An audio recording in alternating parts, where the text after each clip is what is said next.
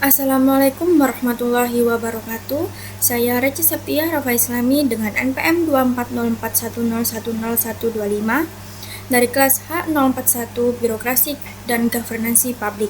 Di sini saya akan menjelaskan mengenai analisis co-production dalam pelayanan kesehatan primer melalui Posyandu, studi kasus Posyandu Desa Tegalsari Selatan, Kabupaten Jember.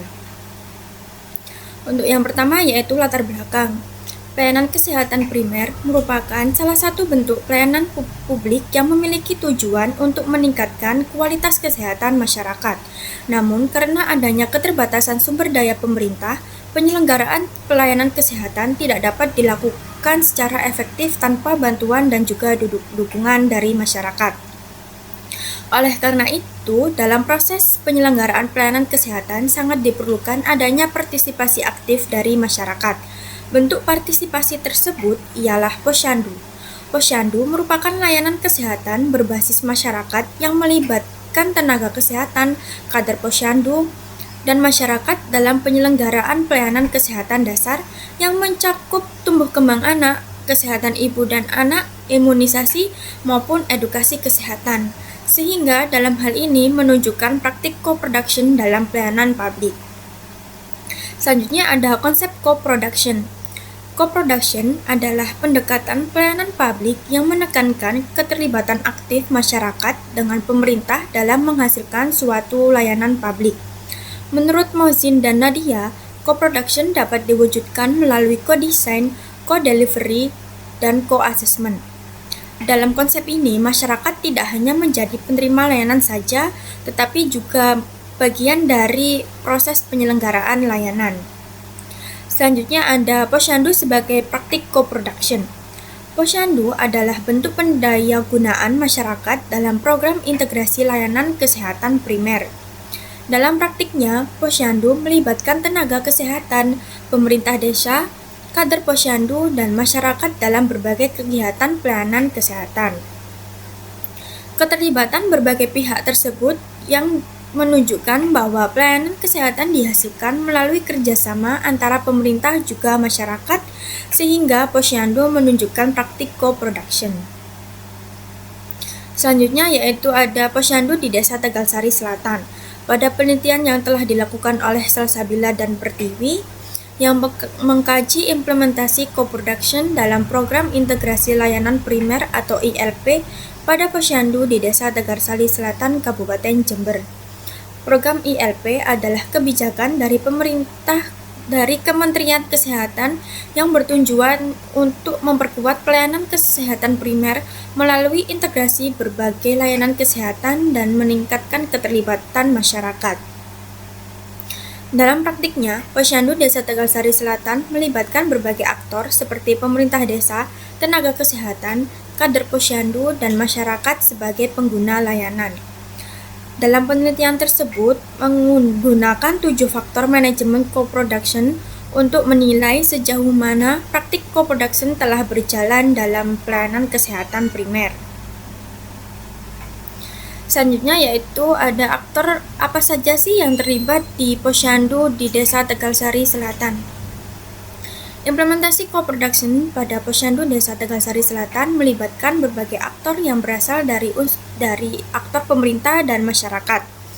Dari aktor pemerintah terdapat Dinas Kesehatan, Puskesmas, pemerintah desa, dan bidan desa yang berperan dalam penyediaan kebijakan, fasilitas, pendampingan, dan pengawasan program kesehatan. Sementara itu, dari aktor masyarakat terdapat kader Posyandu, ibu hamil, orang tua balita, dan masyarakat umum yang ikut berpartisipasi dalam berbagai kegiatan pelayanan kesehatan. Keterlibatan berbagai aktor tersebut menunjukkan bahwa pelayanan kesehatan di Posyandu merupakan hasil kerjasama antara pemerintah juga masyarakat. Setiap aktor memiliki peran yang berbeda namun saling melengkapi sehingga tujuan pelayanan kesehatan dapat tercapai secara lebih efektif. Selanjutnya, faktor-faktor yang telah berjalan optimal di Posyandu di Desa Tegalsari Selatan. Untuk faktor yang pertama yaitu perencanaan. Perencanaan dilakukan melalui sosialisasi program kepada masyarakat, koordinasi melalui grup WhatsApp, dan agenda perbaikan berdasarkan kegiatan sebelumnya. Untuk faktor yang kedua yaitu strategi komunikasi. Komunikasi berlangsung secara dua arah antara bidan, kader, dan masyarakat melalui grup WhatsApp maupun komunikasi langsung sehingga mendapatkan penyampaian komunikasi dapat dimudahkan. Dan yang ketiga yaitu faktor pengaturan kelembagaan. Hubungan kerja antara bidan dan kader posyandu telah berjalan optimal melalui pembagian peran dan tanggung jawab yang jelas. Untuk faktor yang keempat yaitu manajemen profesional. Bidan dan tenaga kesehatan mampu menjalin hubungan kerjasama yang baik dengan kader posyandu sebagai mitra yang setara dalam penyelenggaraan pelayanan kesehatan. Untuk faktor yang kelima yaitu akuntabilitas. Pelaksanaan program didukung oleh pencatatan, pelaporan kegiatan posyandu, kunjungan rumah, dan penggunaan sistem informasi posyandu dan aplikasi ASIK. Selanjutnya, masih terdapat faktor yang belum berjalan secara optimal di posyandu di Desa Tegalsari, yaitu faktor manajemen aktor awam. Hal ini dikarenakan pelatihan kader belum berjalan merata, juga tidak semua kader mengikuti pelatihan secara penuh, koordinasi dengan tenaga kesehatan belum sepenuhnya berjalan secara optimal, kader masih kesulitan mendeteksi masalah kesehatan yang kompleks, dan yang terakhir yaitu masih sering terjadi ketidakpahaman dalam pelaksanaan tugasnya masing-masing. Untuk faktor yang belum optimal yang kedua yaitu faktor kepemimpinan. Hal ini dikarenakan gaya kepemimpinan cenderung delegatif, pengawasan terhadap kader belum berjalan secara maksimal, belum ada penekanan inovasi secara konsisten, kehadiran masyarakat dalam posyandu belum berjalan secara optimal, dan yang terakhir yaitu fokus lebih banyak pada penanganan masalah daripada pencegahan terjadinya masalah. Selanjutnya, di sini saya akan menjelaskan analisis kasus. Implementasi co-production pada posyandu di Desa Tegalsari Selatan menunjukkan bahwa keterlibatan masyarakat dalam pelayanan kesehatan primer telah berjalan cukup baik.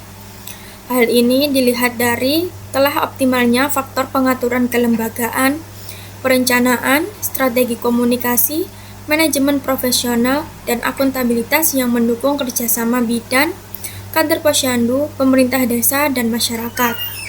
Namun, jika dianalisis lebih lanjut, keberhasilan tersebut terlihat masih banyak didorong oleh kapasitas organisasi dan tenaga kesehatan dibandingkan dengan kapasitas masyarakat itu sendiri. 5 faktor yang dinilai optimal sebagian besar berkaitan dengan kemampuan pemerintah dan tenaga kesehatan dalam mengelola program, membangun koordinasi, serta menciptakan sistem kerja yang mendukung pelaksanaan pelayanan kesehatan. Sebaliknya, terdapat 2 faktor yang belum optimal justru berkaitan dengan aspek pemberdayaan masyarakat, yaitu faktor manajemen sektor awam dan faktor kepemimpinan. Hal ini menunjukkan bahwa tantangan utama co-production di Posyandu Desa Tegalsari Selatan bukan pada upaya mendorong partisipasi masyarakat, tetapi pada upaya meningkatkan partisipasi tersebut. Kader posyandu memang telah terlibat secara aktif, namun belum sepenuhnya memiliki kapasitas yang sama dalam menjalankan tugas dan memahami program integrasi layanan primer. Jika kondisi ini terus berlanjut, terdapat resiko bahwa keterlibatan kader hanya bersifat membantu pelaksanaan program tanpa mampu berkembang menjadi mitra yang benar-benar mandiri dalam penyelenggaraan pelayanan kesehatan. Akibatnya, ketergantungan kader terhadap tenaga kesehatan akan tetap tinggi dan tujuan co-production belum sepenuhnya akan tercapai. Oleh karena itu, menurut saya, peningkatan kapasitas kader melalui pelatihan yang berkelanjutan, pendampingan yang lebih intensif, dan penguatan fungsi kepemimpinan merupakan langkah yang tepat untuk dilakukan posyandu di Desa Tegalsari Selatan, sehingga co-production dapat menghasilkan partisipasi yang berkualitas sehingga mampu meningkatkan efektivitas kesehatan primer secara berkelanjutan.